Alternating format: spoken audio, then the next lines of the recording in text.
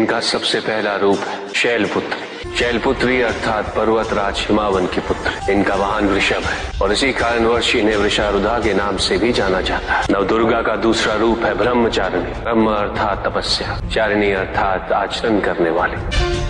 ये रूप उस ज्ञान व आचरण का प्रतीक है जिसके माध्यम से इन्होंने मुझे अपने पति के रूप में प्राप्त किया। नवदुर्गा का तीसरा रूप है चंद्रघंटा। मस्तक पे घंटे के आकार में आधा चंद्र। ये रूप अत्यंत शांतिदायक कल्याणकारी है। विभिन्न प्रकार के अस्त्र और शस्त्र इनकी 8 भुजाओं में सुसज्जित है। इनका तीसरा नेत्र सदैव खुला रहता है। चंद्रघंटा का वाहन सिंह है। ये युद्ध करने हेतु सदैव तत्पर रहती है। इनकी आराधना करने से निर्भीकता और वीरता के साथ ही सौम्यता और विनम्रता का विकास निश्चित है। ये जो मृत्यु देती है वो सुख कारक और निर्भय अवस्था में होती है। इनकी मंद मंद हंसी से संसार का जन्म संभव होता है। यह है नवदुर्गा का चौथा रूप जिसे कुष्मांडा के नाम से जाना जाता है। अष्टभुजा, शस्त्रधारिणी, व्याघ्रवाहिनी, हिरण्यवर्णा केवल यही है जो सूर्य के भीतर लोक में वास करती है। 10 दिशाएं इन्हीं से आलोकित है। जिनकी कृपा से मूर्ता भी ज्ञान सागर में परिवर्तित हो जाती है वो है स्कंद माता अर्थात तुम्हारी माता। नवदुर्गा का 5वां रूप सिंह वाहिनी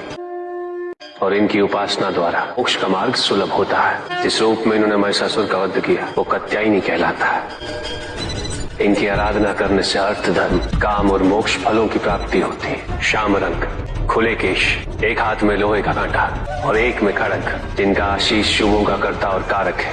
ये रूप कालरात्रि रूप कहलाता है। ये अंधकार का विनाश करती हैं। इनकी आराधना करने से असुरी शक्तियां भी भयभीत हो जाती हैं। श्वेत वर्ण, श्वेत वस्त्रों से सुसज्जित, चतुर्भुज, त्रिशूलधारी, तालवाद्य धारण करने वाली ये इस रूप में अपने उपासकों को अभयदान देती। ये इनका महागौरी रूप है। माँ दुर्गा का 9वां रूप सिद्धदात्री कहलाता है। प्रकम्य, अशित्व, अशित्व, ये 8 सिद्धियां केवल इन्हीं की कृपा से प्राप्त हो सकती। मेरा अर्धनारीश्वर रूप इनके सिद्धदात्री रूप की ही देन है।